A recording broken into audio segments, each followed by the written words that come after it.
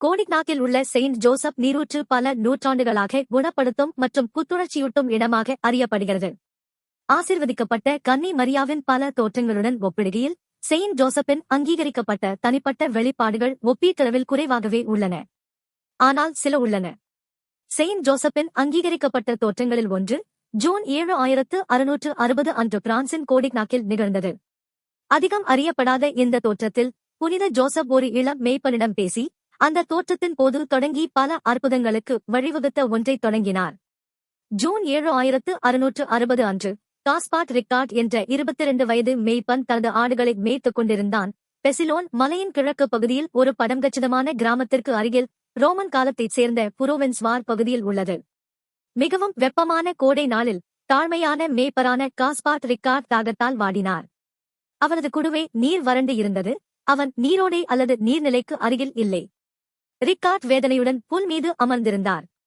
அந்த நேரத்தில் ஒரு பெரியவர் திடீரென்று அவருக்கு தோன்றி, "நான் ஜோசப். அதை தூக்கிக் குடியுங்கள்" என்றார்.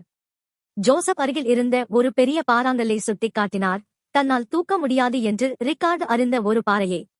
இந்த மகத்தான பாறையை நகர்த்துவதற்கு பல ஆண்கள் சிரமப்படுவார்கள். ஆனால் காஸ்பாட் அந்த நபரின் பேச்சைக் கேட்டு முயற்சி செய்தார். எப்படியோ அவரால் பாறாங்கல்லை எளிதாக தூக்க முடிந்தது. அதன் அடியில் ஒரு புதிய நீரூற்று இருந்தது. மிகுந்த மகிழ்ச்சியுடன் மர்மமான அந்நியருக்கு நன்றி தெரிவிக்க ரிக்கார்ட் பார்த்தார். ஆனால் அவர் ஏற்கனவே மறைந்துவிட்டார். அதிசயமான நீரூற்றைப் பற்றி எல்லோரிடமும் சொல்ல ரிக்கார்ட் கிராமத்திற்கு விரைந்தார். அவரை ஒரு தாழ்மையான இளைஞனாக அறிந்ததால் அனைவரும் அவரை நம்பினர். இதுவரை தண்ணீர் இல்லாத இடத்தில் புதிதாக தோன்றிய நீரூற்று மற்றும் வியக்கத்தக்க வகையில் ஏராளமான நீர் விநியோகத்தை பார்க்க அவர்கள் அனைவரும் விரைந்தனர். செயின்ட் ஜோசப் பாறையை தூக்கி குடிக்க வேண்டும் என்ற எளிய அறிவுறுத்தலை தவிர வேறு எதுவும் சொல்லவில்லை என்பது சுவாரஸ்யமானது. ஆனால் வார்த்தைகள் இல்லாத நிலையில் அவர் எங்களிடம் நிறைய சொல்லியிருக்கிறார். நீர் என்பது தேவாலயத்தில் குணப்படுத்துதல் மற்றும் புதிய வாழ்க்கையின் அடையாளம். இந்த நீர் ஆதாரத்தை ஜோசப் சுட்டிக்காட்டியது இங்கே நமக்கு சொல்லப்படுகிறது. அவர் நமக்கு பரிந்து பேசுபவராக திகழ்கிறார். நம் ஆண்டவரும் கடவுளுமான இயேசு கிறிஸ்துவில் உள்ள ஜீவ ஊற்றை குடிக்க நம்மை வழிநடத்துகிறார். தேவாலயம் கட்டப்படுதல். கோட்டிக்நாக் மக்கள் அந்த இடத்தில் ஒரு தேவாலயம் கட்டப்பட வேண்டும் என்பதை உணர்ந்தனர் மற்றும் அதே ஆண்டு ஆகஸ்ட் 9 அதைக் கட்டத் தொடங்கினர். அவர்களின் 13ஆம் நூற்றாண்டு சொந்த பாரிஷ் தேவாலயம் 3 ஆண்டுகளுக்கு முன்பு ஒரு விரிவாக்கத்தைக் கண்டது. இன்று வரை அப்படியே உள்ளது. பின்னர் அரசர் லூயிஸ் 13 உள்ளே நுழைந்தார்.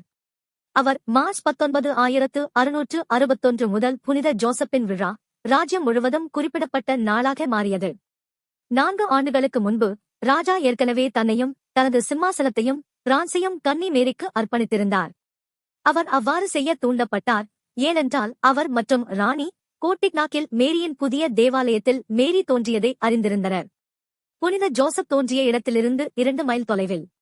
1661 ஆண்டின் அதே ஆண்டு ஜனவரி 31 ஃபிரேஜஸ் உள்ளூர் பிஷப் புனித குடும்பத்தின் சரணாலயம் என்ற தலைப்பின் கீழ் 2 தோற்றங்களின் தளங்களையும் ஒருவருக்கொருவர் நெருக்கமாக இணைத்து அறிவித்தார். கடவுள் புனித ஜோசப்பின் நினைவாக வழங்க விரும்பிய ஆசீர்வாதங்களின் மூலம் விசுவாசம் செய்கிற 2 பரிசுத்தவான்களையும் மேரி மற்றும் யோசேப்பு பூமியில் ஒன்று சேர்த்து நம்முடைய இரட்சிப்பின் மாயைக்கு உட்படுத்தினார். பிரான்சின் கோடிக்நாக்கில் தோன்றிய இந்த நீர் உடல் மற்றும் ஆன்மா இரண்டிற்கும் அதிசயமான குணப்படுத்தும் பண்புகளை கொண்டிருப்பதால் பலருக்கும் நம்பிக்கையின் அடையாளமாக மாறியது. கோடிக்நாக்கில் நடந்த ஆவணப்படுத்தப்பட்ட அற்புதங்களில் ஒன்று 1662 இல் முந்தைய ஆண்டு அங்கு சென்ற ஒரு பாதிரியாரால் பதிவு செய்யப்பட்டது. செயின்ட் ஜோசப் நீர் அற்புதங்களை செய்து கொண்டு வருகிறது. நான் திரும்பி வந்ததிலிருந்து அவினானிலிருந்து நமக்கு தெரிந்த நொண்டியாக பிறந்த ஒரு மனிதன் நீரூற்றுக்குச் சென்று ஊன்றுகோலை அங்கேயே விட்டுவிட்டு குணமடைந்து திரும்பி வந்தான். எல்லோரும் குடித்துவிட்டு தண்ணீரை எடுத்துச் செல்கிறார்கள் என்று ஃபாதர் அலாட் ஆப் தி ஓரேட்டரி 1662 இல் கூறினார். சரணாலயத்தின் இணையதளத்தில் உள்ள ஒரு வரலாறு அந்த காலத்தை பற்றி கூறுகிறது. அவர்கள் மாகாணத்தின் அனைத்து இடங்களிலிருந்தும் மற்றும் சுற்றியுள்ள நாடுகளிலிருந்தும் நீரூற்றுக்குச் செல்கிறார்கள். நோய்வாய்ப்பட்டவர்கள், எல்லா வகையான நோயாளிகளும், அவர்களில் பெரும்பாலோர் குணமடைந்து அல்லது தங்கள் குறைபாடுகளால் ஆறுதலடைகிறார்கள். தாகமாயிருக்கிறவனுக்கு நான் ஜீவ தண்ணீரின் ஊற்றை இலவசமாக கொடுப்பேன். திருவெளிப்பாடு 21:6. வெவ்வேறு சந்தர்ப்பங்களில் ஜோசப் மற்றும் மேரி இருவரும் பிரான்சின் சிறிய கிராமமான கோடிக்நாக்கை பார்வையிட்டனர். குழந்தை இயேசுவும் மரியாவுடன் தோன்றினார். கோட்டிக்நாக் புரோவின்ஸின் மையத்தில் உள்ளது. ஆனால் இந்த கிராமப்புற பகுதியை பற்றி சிலர் கேள்விப்பட்டிருக்கிறார்கள். ஆயினும் கூட மத்திய தரைக்கடல் கடற்கரை, மார்சே, ஆல்ப்ஸ் மற்றும் செயின்ட் ரோபஸ் போன்ற பெயர்களை பெரும்பாலானவர்கள் அறிந்திருக்கிறார்கள். புனித ஜோசப் மற்றும் ஆசீர்வதிக்கப்பட்ட கன்னி மரியா பொதுவாக அதிகம் அறியப்படாத இடங்களில் தோன்றுவதை தேர்ந்தெடுக்கிறார்களோ